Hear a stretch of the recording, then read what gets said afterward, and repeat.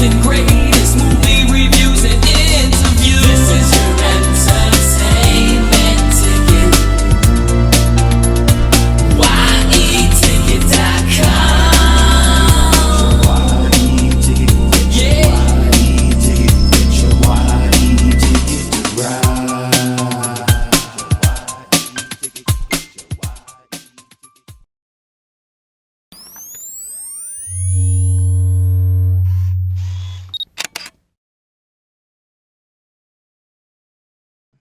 Hi, my name is Gil Robertson, president of the African American Film Critics Association. Today, we're thrilled to be talking to one of our favorites, actress Nicole Ari Parker, who is one of the stars of the HBO Max hit series, And Just Like That. We're going to kick things off introducing you to our African members on the call today, starting with Al McGee in South Florida, Mercedes Springer in Atlanta, Niger in Washington, D.C., Dana Abercrombie in New York, New York, Tamra J. in New Jersey, Seven in Chicago, Illinois, Ruben Perlada Recalled in South Florida, Jill Monroe in LA, Nancy Green in LA, and Karan Lenoir Kelly in Charlottesville, Virginia. I'm going to let you guys do what you do so well, and I'll see you on the other side. Every night, welcome. I'm writing my first novel, set in the 1840s. It must have been so much easier being single back then. My phone is who I'm in a relationship with. I'm so done. I want... Oh my God. That's what we're doing now? I gotta stop playing dating bingo. You need someone more... Oh. Yahtzee. Feel that? You want us all to meet Diego? Back in my day, boy ballet dancers had boyfriends. Oh, I have a boyfriend too. Gosh, that's not the way I thought this was gonna go. Who's this guy? That's my editor. You didn't tell me he looked like that. Like what? Like Michael B. Handsome? Would you like some? No. Okay. I'm fine with what I have. There are a lot of things in life that are not perfect. Everything is gonna be fine. Steve, what are we gonna do? We're gonna figure it out. At my age, do I really want to be starting over? There's really only one way to find out. Just here to pick someone up. Oh, is it me? You got it! My future mother-in-law is on her way over from the Carlisle. Please set that down. It must be heavy for a man of your size. Oh my God! You and your neighbor kind of caught a little vibe there. He's a writing partner. Well, could it be more than a writing partner? I don't know what comes next. You are so fabulous. Well, that was never in question. Okay, how do you want to handle this? Should we just, move your stuff to one side? You should see your face right now. Good evening, Nigeria Chambers from Big O Belt Media. Nicole, thank you for your time today. Yes, with the unfortunate news, I definitely want to set the table by saying, yes, today will be a celebration. And with 3 amazing seasons and just powerful performances and storytelling, I know I can definitely speak for myself by saying it was one heck of a ride. But yeah, Michael Patrick King did recently confirm this news about season 3 being the conclusion of this franchise. I want to know for you, and I know you shared some heartfelt moments on Instagram a few days ago, but now that some time has passed, I'm wondering, have you been able to reflect on your journey with this show even more, and how does it feel to be a part of helping move the needle in this iconic series? And is there any personal memories or moments on set that you hold especially close? We are 20 years deep into this series, and here we were adding people who have identities, new identities or different identities. We have people of color. And the first thought I had when I got the call that they were interested in me to read for the part was, wow, now the city's going to look like the city, and and then my second thought was, is it going to be spaghetti thrown on the wall? Is it going to be done right? And I have to give it to MPK, who, you know, in the first season of And Just Like That, you know, he had 2 Black women. So I didn't feel tokenized. Like there was an understanding that the Upper East Side Black woman and the professor might have different lives. It's not just the color of their skin, that we are we are humans, you know, and with different needs and different tax brackets and all the things. And I really love that. And then secondly, he put Black women of all brackets and parentheses in the room. And so when I walked into LTW set, I was like, because we all know LTWs, you know. Um, I'm an actor, you know, and so I'm still on the working class side of things. You know, I think I just got my first Bisa Butler, you know, as a grown person.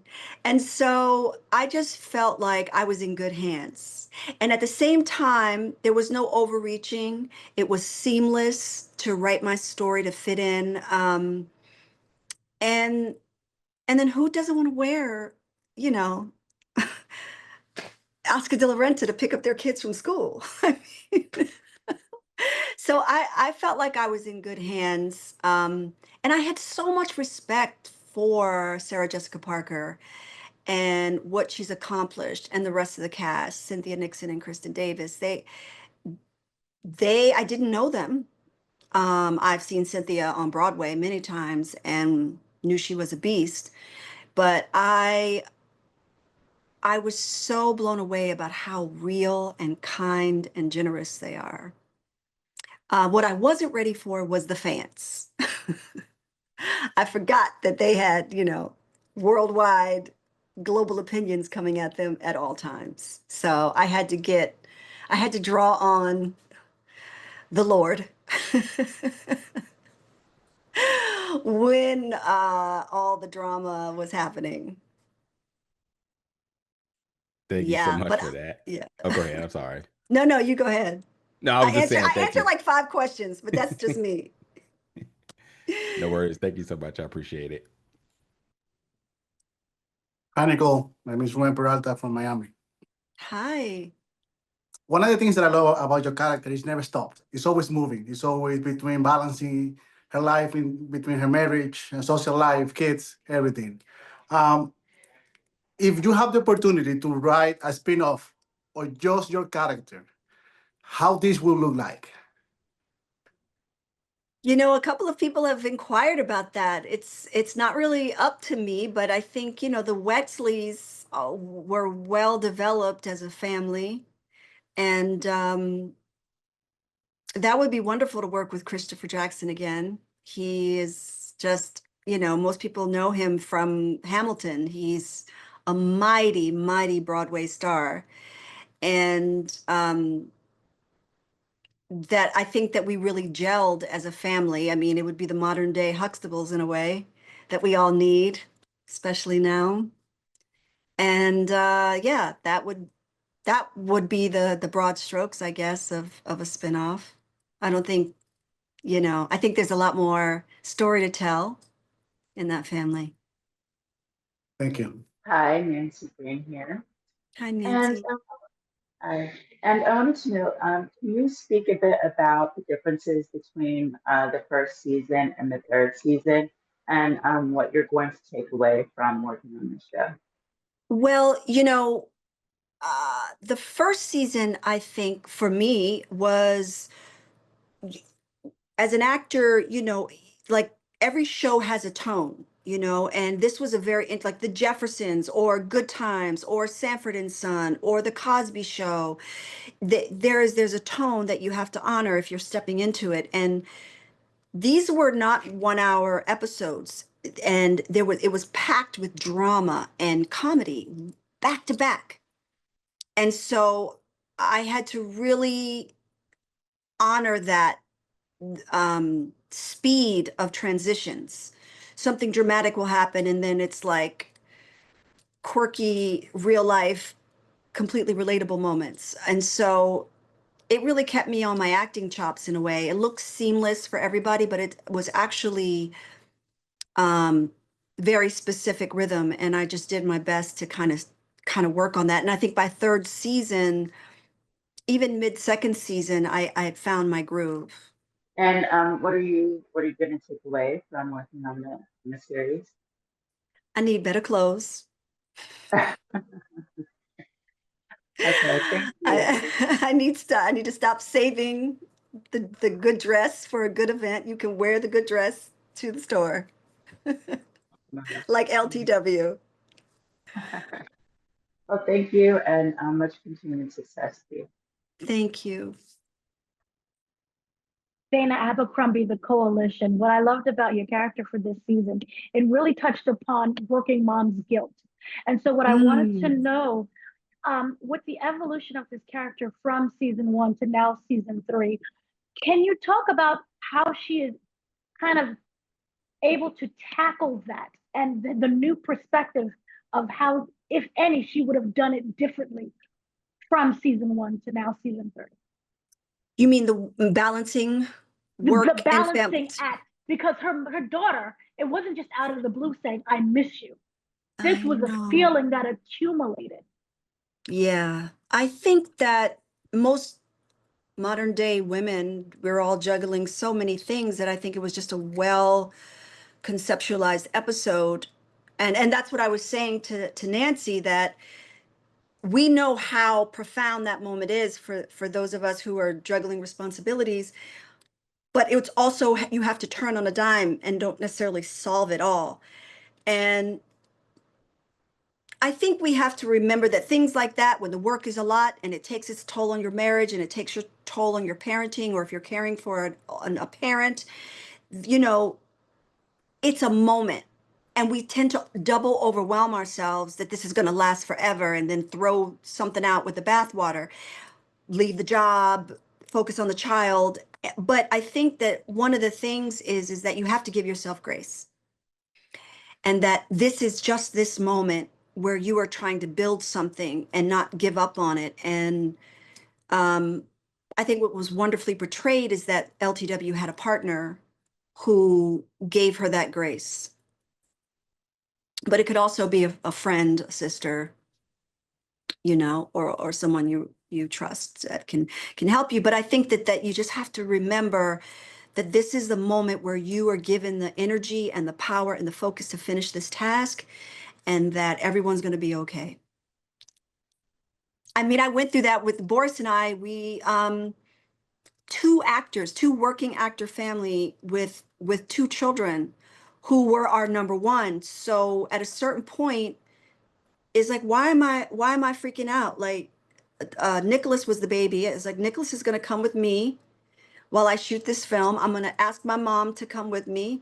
And Boris took Sophie. She was a little older, and we had help. And Rosie went with Boris, and we just made it work. You know, 45 days on a movie set is enough to make you go, I can't be an actor anymore and be a parent. But when you want to do it and you know that you've been given this gift, you find a way to do it. Thank you. They're 18 and 20 now. I'm like, oh, they don't want to come nowhere with me. Well, my name is Al McGee here at WritingTicket.com. I've been watching you for so many years, and I really admire your craftsmanship, your acting, and everything like that.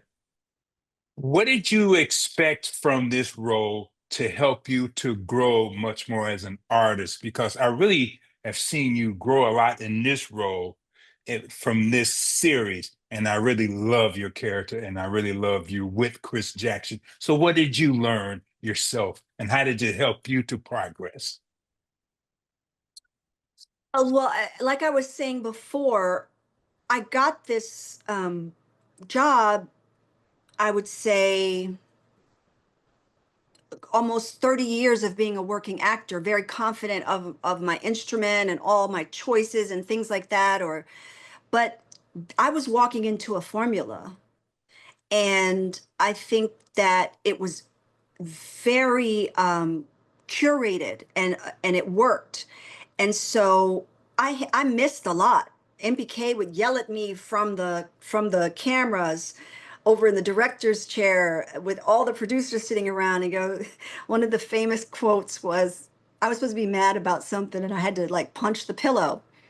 So I know Nicole knows how to be mad at her husband. So I was really punching the pillow. And he yelled, a little more Carol Lombard and less Sonny Liston, ma'am. And so, so yeah, I just had to be on my comedic toes, you know, and balance that with the drama. So I think that I've grown as an actor on those quick turns. You know, a Tennessee Williams play will let you have 4 scenes in the moment. No, not on this series. Hit it and quit it. Wow, that's really great. I really admire you. Thank you very much. I appreciate Thank it. you. Hi, Seven Gun from Seven Gun Media. I've also been watching you for many years.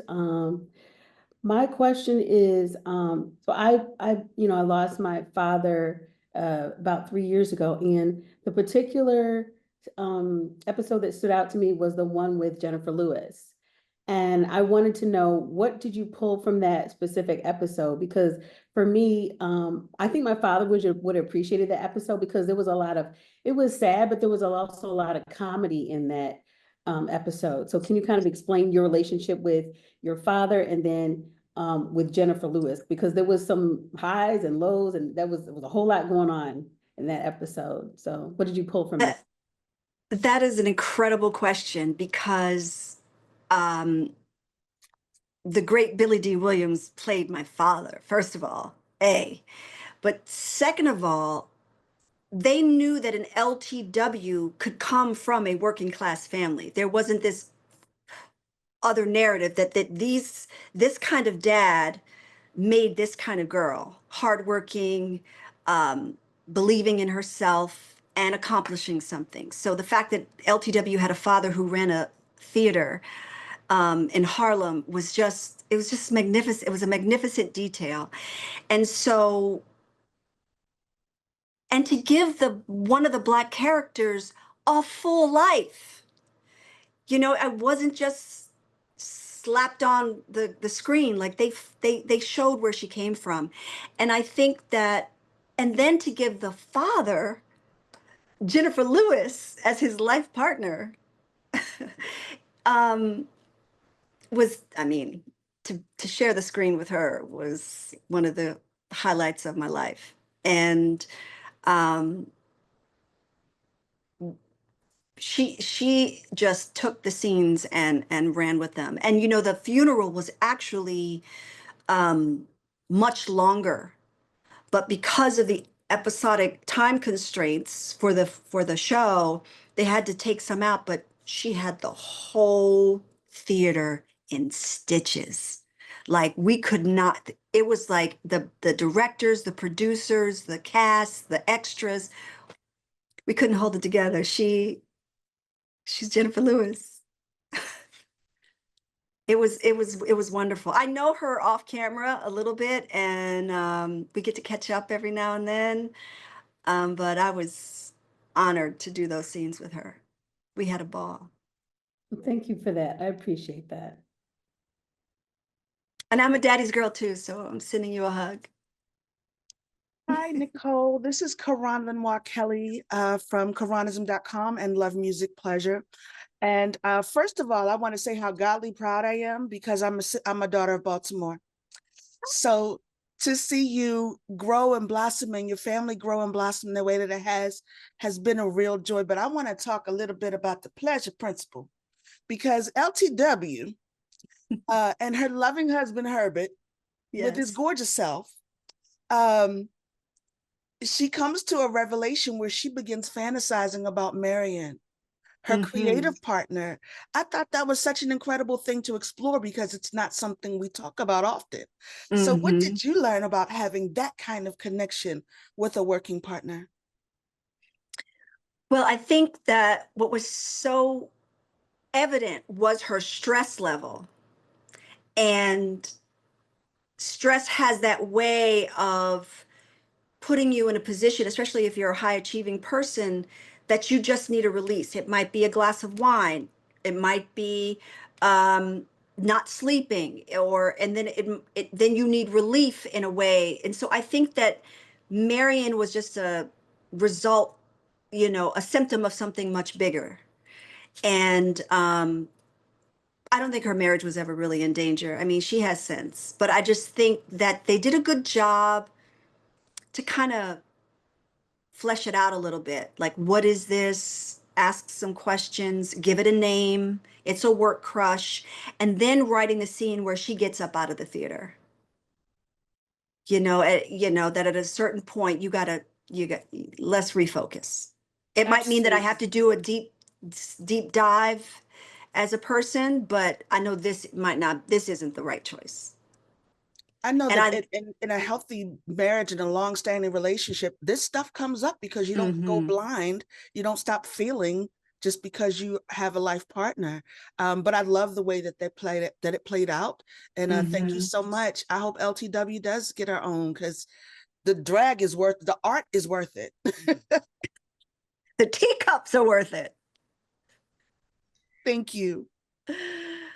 Hi, Nicole. Mercedes here with She Critiques in Atlanta. Hi. Well, first I want to say I think you are the perfect puzzle piece to this series. Like, you just fit seamlessly with the ladies. But I want to talk about the fashions, okay? Yes. Because the fashions are amazing and you wear them beautifully. This series has always been one of those things where you can put a look on a wall and you know what character belongs to that look. So in terms of developing Lisa Todd Wexley's look and who she was going to be and her identity through the fashion, what was that conversation like? And yeah, let's go there. I'll hold there. Well, Molly Rogers and Danny Santiago and MPK, they had a very specific style that they wanted to try to achieve with her. It was very intentional. But, you hire an actor who's wearing, a t-shirt and jeans. You don't know if she can carry a purse and cook dinner for her family in a giant necklace, And so I think when they got a sense that I could handle the drama seamlessly, naturally, that I think that it just exploded. Like, we can give her a feather shoe. We can give her, and it's believable. We can give her a giant, gorgeous handmade necklace and two purses to carry, and it would look normal. And so that tapped into the fun part of me that I never really get a chance to do. I'm always very serious, or never get a chance to express that fun, over the top side of my personality. I know exactly what to do with two purses. And I think that they just committed. I mean, and again, very intentional about wearing Christopher John Rogers and handmade bags from Central America and Africa, and really allowing LTW's whole situation to be on point. If you really watch the show, in the first season, I didn't have a kitchen. But when the family gelled, that's a full executive decision all the way up to the studio. That's a budget concern. And they gave the Wexleys a kitchen, and it was just a gesture of, this is a full family. And then they put the Harlem Étoile coffee cups in my cabinet. Like, from the fashion to my accessories and my set design, I think they did a great job. Do you have a favorite look from any of the seasons, like where that sticks out in your mind? I love them all. I love them all. And because they told a story. It wasn't just all Yves Saint Laurent. It was Yves Saint Laurent with the bag from Ecuador, with the shoes, my glasses, my jewelry, everything just came together. Every wardrobe fitting was a show unto itself. You looked beautiful. Thank you so much. Thank you. Tamara J. for Noir Online. My question is regarding Lisa's. There's so much to ask. She was such a well-grounded character in terms of fashion and Black excellence.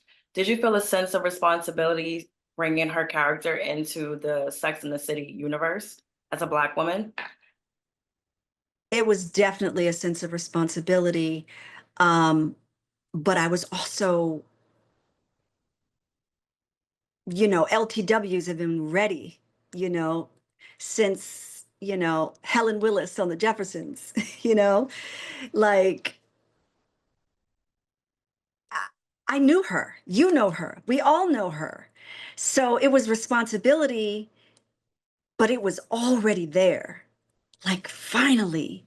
So I got to work every day, like so grateful.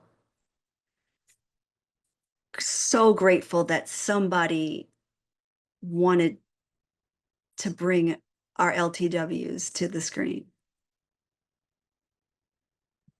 Thank you so much. Hi, Nicole, Jill Monroe, KBLA Talk 1580.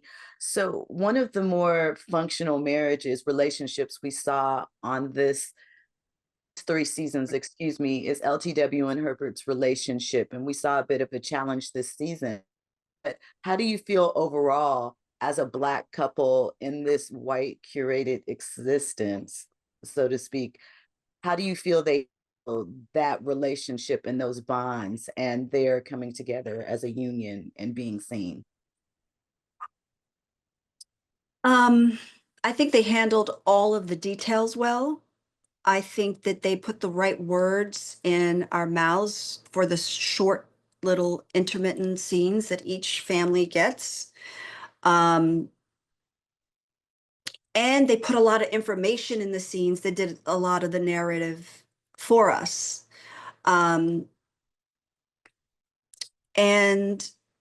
Derek Adams behind me when I'm saying something is a whole historic moment. But,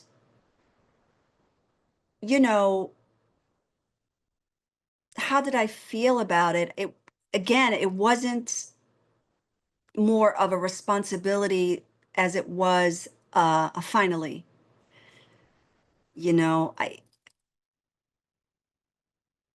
I love that like I was saying before, I love that it wasn't just us. It was his mama. It was my daddy.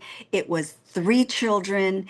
It was kitchen cooking and being a documentarian. I mean, all those details are left out often. And so, but that doesn't mean that they don't exist. So it just felt like a finally, like, yes, I'm going to make these 7 minutes matter. And they did. Thank you so much. Thank you. And they let us make love and they let us fight. It wasn't polished. We just had really nice Mackenzie Leotard pajamas on, but we were having a moment as a married family. So Boris Kojo was one of my favorite characters in the Resident Evil series.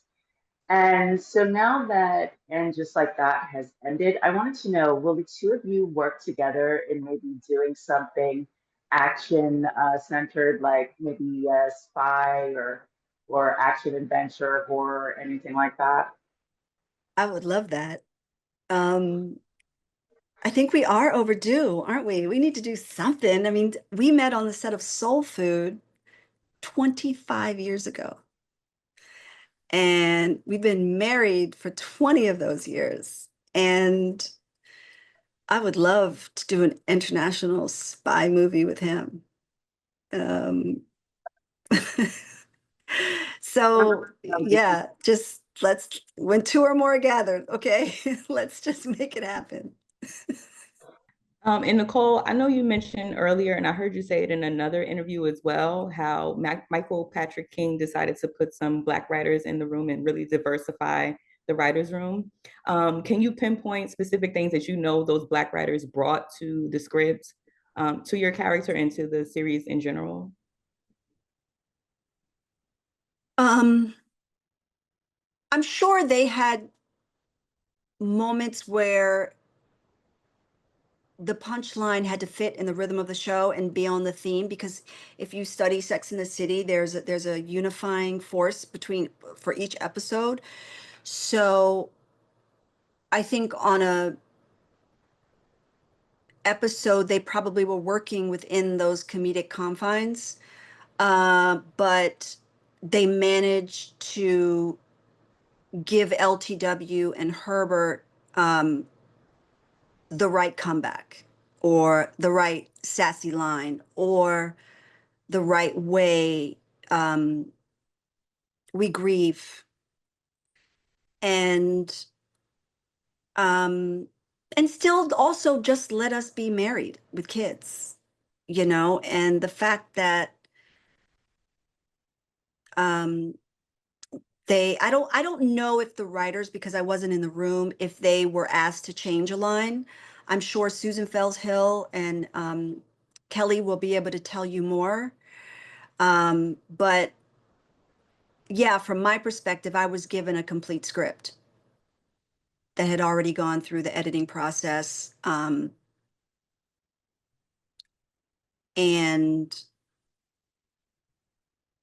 sometimes it wasn't a line. Like if I saw a scene and I know how this woman would cook, or if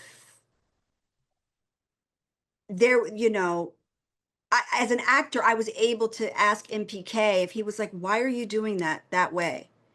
I had a back energy, a backstory around why I delivered the line that way. I'm not scolding my husband right now, or I'm speaking to him clearly, or I'm being loving to him.